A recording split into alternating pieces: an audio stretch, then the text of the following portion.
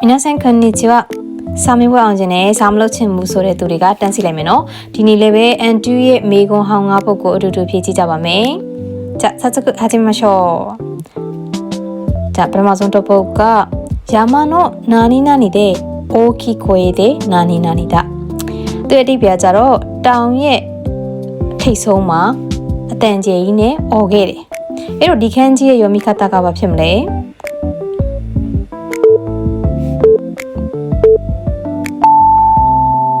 ပါတယ်အဖြစ်မှန်ကချောချောဆိုတာကထိတ်ဆုံးပေါ့နော်ထိတ်ဆုံးအပေါ်ဆုံးပါအဲ့ဆိုရင်ဒီခန်းကြီးရဲ့ယောမိခတာကဘာဖြစ်မလဲအဖြစ်မှန်ကဟုတ်ပါတယ်နံပါတ်3စာကန်တာနဲ့အော်ခဲ့တယ်ဆိုတဲ့တန်တော်လေးဖြစ်ပါတယ်အဲ့ဆိုရင်အဖြစ်မှန်က1နဲ့3ဖြစ်ပါတယ်အဲ့ဆိုရင်နောက်တစ်ပုဒ်က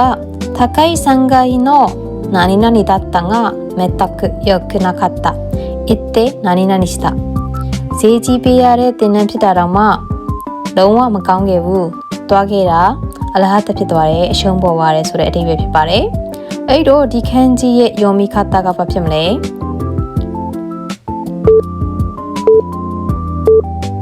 ဟုတ်ပါတယ်အဖြေမှန်ကတော့နံပါတ်2can shoe ဖြစ်ပါတယ် can shoe ဆိုတာကတော့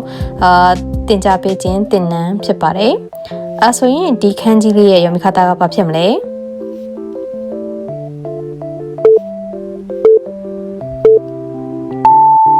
ဟုတ်ပါတယ်အဖြေမှန်ကနံပါတ်3ဆုံးしたဆိုတာဆုံးရှုံးသွားတယ်အလဟတ်ဖြစ်သွားတယ်ဆိုတဲ့အဓိပ္ပာယ်ဖြစ်ပါတယ်အဲဆိုရင်အဖြေမှန်က2နဲ့3ဖြစ်ပါတယ်ဒါဆိုရင်နောက်တစ်ပုဒ်ကよく何々いると思ったら何々だったအဓိပ္ပာယ်ကြတော့တော်တော်တူတာပဲလို့တွေးလိုက်တော့အမှားဘူးဖြစ်နေတယ်အဲဆိုရင်ဒီခန်းကြီးလေးယောမိခတာကဘာဖြစ်မလဲ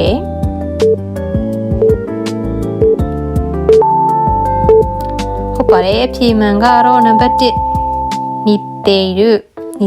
ဆိုတာဆင်တူတာပေါ့နော်ရုပ်ဆင်နဲ့ဆင်တူတယ်အဲဆိုရင်ဒီခန်းကြီးလေးယောမိခတာဘာဖြစ်မလဲ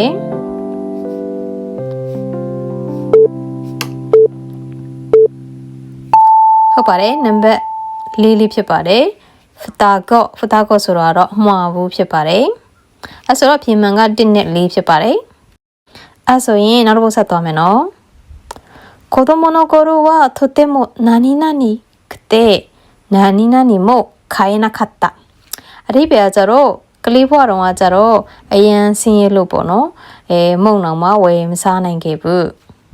အဲဆိုတော့ဒီခန်းကြီးရဲ့ယောမိခတာဘာဖြစ်မလဲ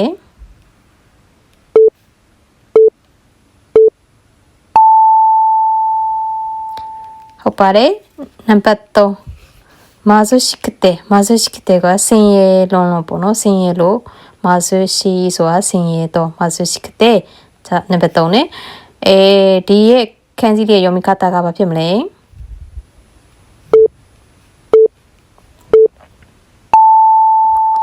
ဟုတ်ပါတယ်お菓子ပေါ့နော်お菓子ဆိုတာတော့မုံဖြစ်ပါတယ်အဲ့တော့အဖြေမှန်ကတော့3နဲ့1ဖြစ်ပါတယ်အဲဆိုရင်နောက်ဆုံးတစ်ပုဒ်ကိုသွားပါမယ်何々は何々でいるသူရဲ့အဓိပ္ပာယ်ကြတော့ငွေပေးချေမှုကပြီးဆုံးနေပြီငွေပေးချေပြီးသွားပြီဆိုတဲ့အဓိပ္ပာယ်ဖြစ်ပါတယ်အဲဆိုတော့ဒီခန်းကြီးရဲ့ယောမိခတာဘာဖြစ်မလဲဟုတ်ပါတယ်အဖြေမှန်ကနံပါတ်1ရှီဟာရာဤငွေပေးချေခြင်းဖြစ်ပါတယ်အဲဆိုရင်ဒီခန်းကြီးရဲ့ယောမိခတာကဘာဖြစ်မလဲ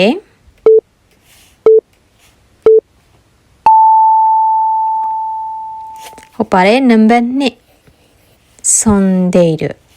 ဒေနဲ့စမှုဆိုတာကပြီးဆုံးနဲ့ပြီးမြောက်တယ်ဆိုတဲ့အဓိပ္ပာယ်ဖြစ်ပါတယ်အဲ့တော့ဖြေမှန်က1နဲ့2ဖြစ်ပါတယ်အဲ့တော့စာမလုပ်ချင်မှုဆိုတဲ့သူတွေက